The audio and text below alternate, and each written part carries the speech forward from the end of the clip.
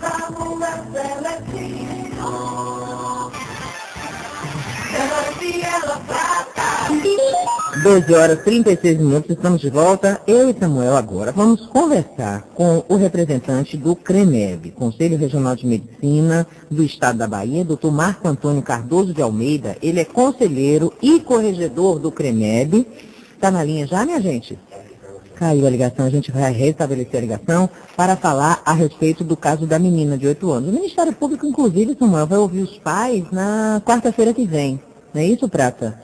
Na semana que vem.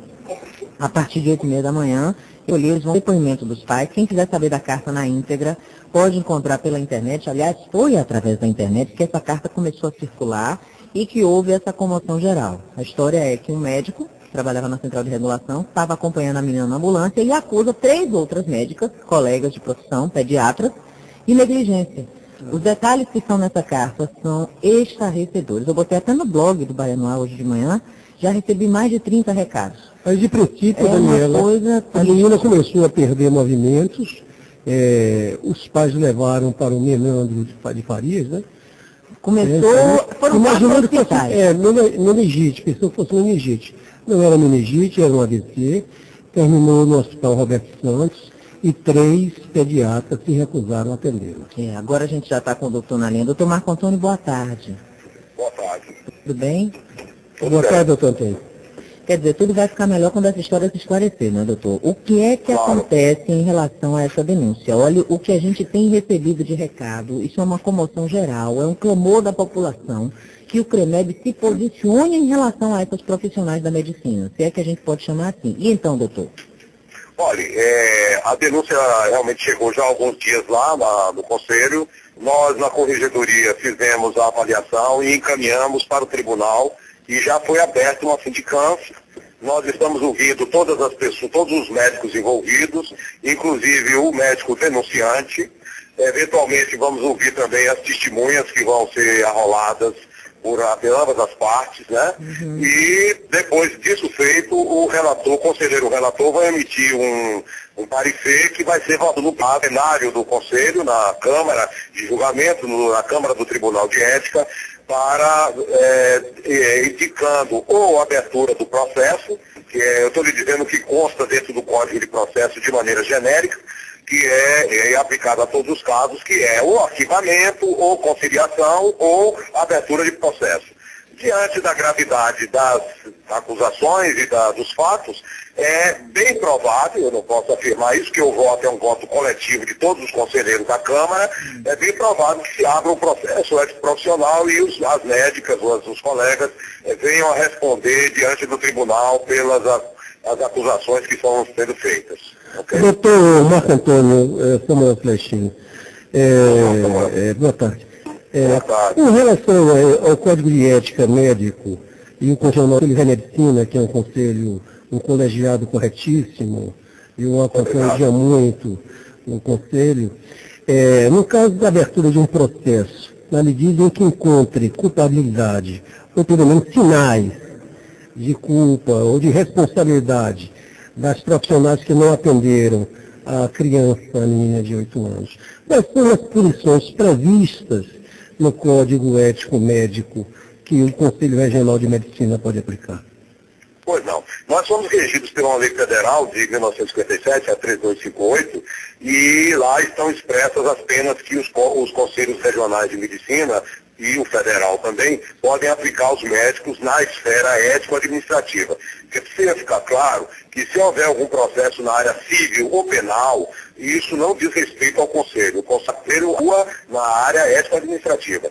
As penalidades que estão previstas no Código de Processo e que também compõem essa lei federal vão de uma simples advertência até a cassação do registro do médico. O Conselho não caça diploma de médico. Muitas vezes a população fala isso, mas isso não é verdade, porque o diploma é um documento acadêmico que quem dá é a universidade, pelo governo federal. O que nós caçamos é o registro, comprovadamente, quando há uma certeza, porque não tem que ser indício, tem que ser certeza de que houve a ilicitude, e a pena de morte, vamos dizer assim, do médico seria a cassação do registro, porque sem o registro, avaliado todos os recursos nas instâncias que estão previstas também na lei, esse médico não poderá atuar como médico em nenhum lugar do Brasil. Se ele, inclusive, depois de cassado o seu registro, atuar como médico, será considerado como tendo um ilícito penal, porque ele estará exercendo ilegalmente a medicina desde quando ele não é médico registrado e, portanto, habilitado para exercer a profissão. Ô doutor, enquanto isso, por exemplo, aconteceu esse problema, então essas 3 médicas vão continuar trabalhando no hospital? É isso? As 3 médicas, enquanto vocês apuram, e se elas, de acordo com as acusações, isso é uma coisa gravíssima. Quer dizer, então elas podem atuar novamente dessa forma com outras pessoas? Como é que fica essa situação? Quanto tempo vai levar isso? Eu posso explicar à senhora e à população de maneira geral. Primeiro, existe uma sindicância no âmbito do Hospital Roberto Santos, que foi criada pelo diretor, uma sindicância que está sendo aberta lá, de natureza administrativa, profissional administrativa. Né? Isso aí não tem nada a ver, vamos dizer assim, com o nosso trabalho no CREMEV. Para nós vamos receber esse resultado dessa sindicância. Bom, o que nós temos que esperar é qual é a proposição que o conselheiro, o relator, sindicante, aquele que está fazendo o inquérito, porque a sindicância ainda não é processo, ela é um inquérito como semelhante ao inquérito policial, né, na nossa área ético-administrativa, esse inquérito vai ter um relatório. E nós temos que aguardar qual é a posição. Pode ser que dentro deste relatório o sindicante possa apresentar um voto, inclusive, de suspensão temporária das atividades até o julgamento do mérito do processo. Se é processo, vai ser aberto. Eu não posso afirmar porque isso é uma decisão coletiva. As decisões do Conselho não são monocráticas, elas são coletivas e são muito claras e os votos são feitos de maneira aberta para que todos na sessão conheçam os votos, entendeu? Sim, e onde fica a população? Porque eu tenho que obedecer ainda esse pressuposto do processualismo que existe dentro do Conselho, entendeu? Então, nós temos que aguardar essa posição. O conselheiro sindicante tem 30 dias para apresentar o relatório. Nós estamos trabalhando, evidentemente, até pelo clamor da população para que esse prazo seja cumprido. Ele pode, regimentalmente, pedir mais um prazo de 30 dias, se justificadamente ele tem que apresentar isso no tribunal, para que o tribunal conceda a ele um período de mais de 30 dias, e após esse período ele apresentará na Câmara, no colegiado, o seu parecer. Então nós temos que apurar isso, para ver qual é o juízo de valor que ele está fazendo em relação aos indícios de infração ao Código de Ética Médica. Agora, doutor, não cabia nesse colegiado também uma parte da população, porque o colegiado é formado só por médicos? Repare, eu não posso usar uma lei federal. A lei federal de 1955, ela é muito clara. Todos os conselhos profissionais das profissões regulamentadas, odontologia, enfermagem, funcionam da mesma maneira. Isso não é um privilégio dos médicos, não. É por determinação da lei federal que, para ser mudada, precisa ser mudada no Congresso Nacional, do Parlamento. E ela está em vigência até hoje e ela fala que a composição é só com os médicos.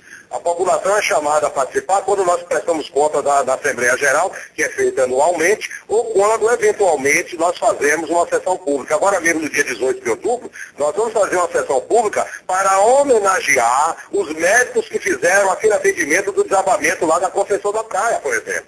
Ok?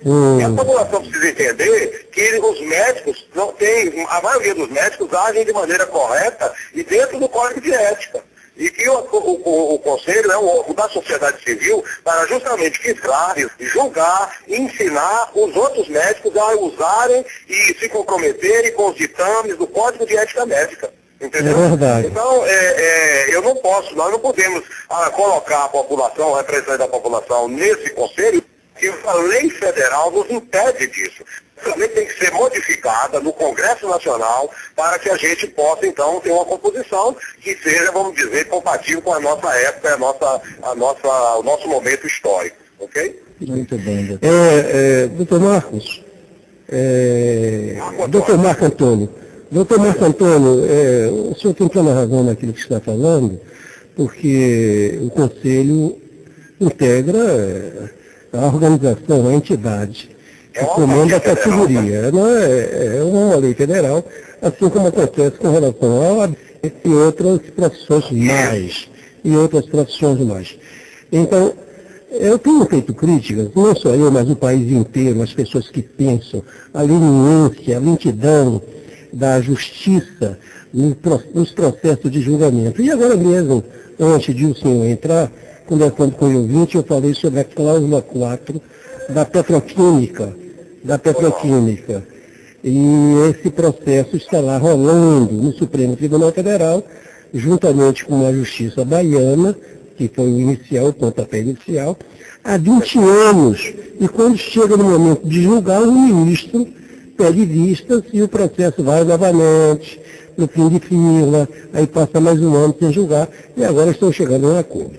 Nesse caso específico, eu compreendo perfeitamente bem, não tem que entrar para o público nessa história, porque isso não é um júri popular, isso é um julgamento de uma categoria profissional, a categoria médica, muito respeitável. Mas um processo desse dura normalmente quanto tempo, doutor Marco Antônio?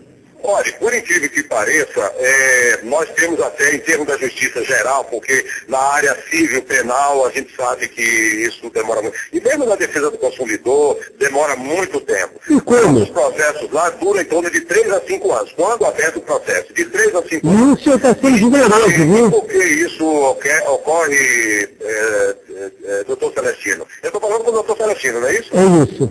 Isso. Repare, nós temos a lei, essa lei